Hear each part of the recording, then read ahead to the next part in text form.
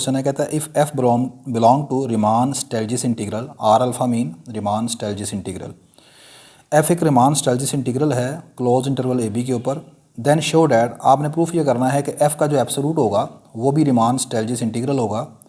And further आपने ये show करना है कि ये जो इंटीग्रल का एब्सोल्यूट है ये लेस देन है इंटीग्रल ऑफ एब्सोल्यूट।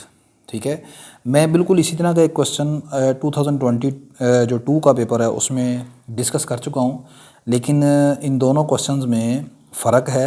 आप वहाँ पर जाकर देखेंगे तो वहाँ पर यही चीज़ प्रूफ करने के लिए दी हुई है, लेकिन वहाँ पर जो आपने एक क्वेश्चन की स्टेटमेंट है वहाँ पर हमने वेक्टर इंटीग्रेशन जो है आप उसका इस्तेमाल किया हुआ है और उसी तरीके से होगा।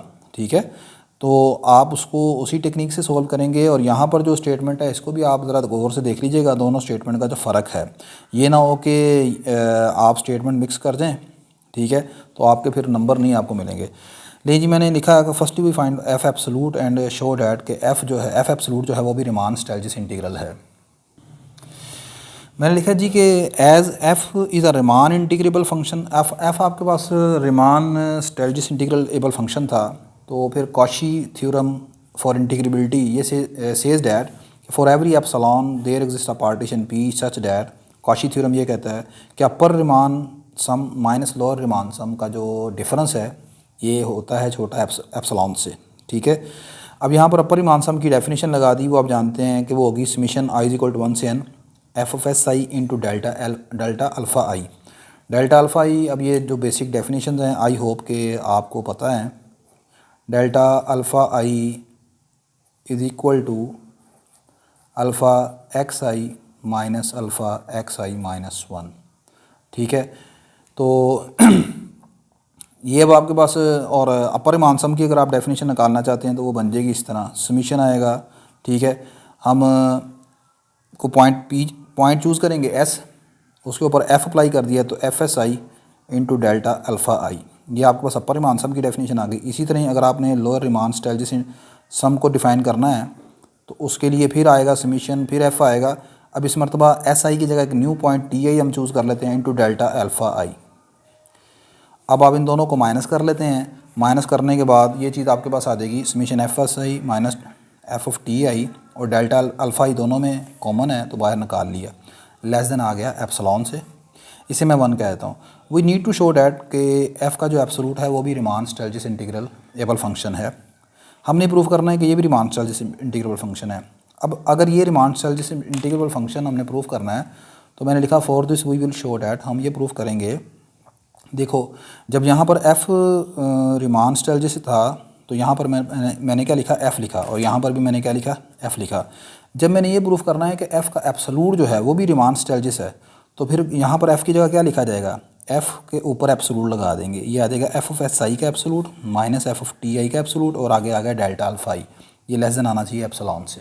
ठीक है, तो मेरा टारगेट इस इनक्वालिटी को प्रूफ करना है। मैंने लिखा जी कि as we know that for all X Y belong to R, तमाम रियल नंबर के लिए ये हम कैलकुलस से प्रॉपर्टी पढ़ते आ रहे हैं, एक्स का एब्सोल्यूट माइनस वाई का एब्सोल्यूट और उसका होल एब्सोल्यूट ये हमेशा लेस देन इक्वल होता है एक्स माइनस वाई के एब्सोल्यूट से। ठीक है, या आप एक्स और वाई कोई भी रियल नंबर लेके सेटिस्फाई चेक कर सकते हैं अगर आपको कोई थोड़ा सा डाउट है तो। अच्छा, अब यहाँ पर फिर मैंने एक्स की जगह ये पुट कर दिया एफ एस आई, और वाई की जगह एफ टी आई पुट कर दिया दोनों साइड पर, तो ये आ गया एफ ऑफ एस आई का absolute minus f of t i का absolute, whole absolute less than equal to f of s i minus f t i. अब मैंने ये वाली चीज़ अगर बनानी है, ये वाली सारी इनक्वालिटी बनानी है, तो इसमें आपने क्या करना है, मैंने इस पूरी साइड को डेल्टा अल्फ़ा आई से मल्टीप्लाई कर देता हूँ। मैं लिखता हूँ मल्टीप्लाई डेल्टा अल्फ़ा आई। ठीक है, अब डेल्टा अल्फ़ा आई जो है वो लेंथ है, लेंथ ऑफ द, तो ये नेगेटिव नहीं होगी, दोनों तरफ से आप इसे मल्टीप्लाई कर देंगे तो ये आपको बन जाएगा कुछ इस तरह, ये मल्टीप्लाई कर दिए दोनों तरफ। अब उसके बाद यहाँ पर taking summation on both side, दोनों तरफ मैंने समीशन भी ले लिया बाय यूजिंग वन से आप जानते हैं ये जो सारी चीज़ है ये एप्सिलॉन से छोटी है। क्यों एप्सिलॉन से छोटी है, आपका एफ़ जो था वो रिमान स्टेल्जिस इंटीग्रल था तो वो कॉची थ्योरम को सेटिस्फाइड कर रहा था, तो 1 में ये सारी चीज़ एप्सिलॉन से छोटी थी, तो ये सारा एप्सिलॉन से छोटा हो गया, इसका मतलब ये सारा एप्सिलॉन से छोटा हो गया। हैंस बाय कॉची थ्योरम की मदद से आपने प्रूफ कर दिया कि एफ़ का एब्सोल्यूट जो है वो रिमान स्टेल्जिस इंटीग्रेबल फंक्शन है। Now we will show that, अब हमने ये प्रूफ करना है कि ये जो एब्सोल्यूट ऑफ इंटीग्रल है ये लेस देन है इंटीग्रल ऑफ एब्सोल्यूट से, लेस देन इक्वल है। यहाँ पर मैं इस चीज़ को प्रूफ करने के लिए मैंने लिखा for this we will show that, हम प्रूफ करेंगे।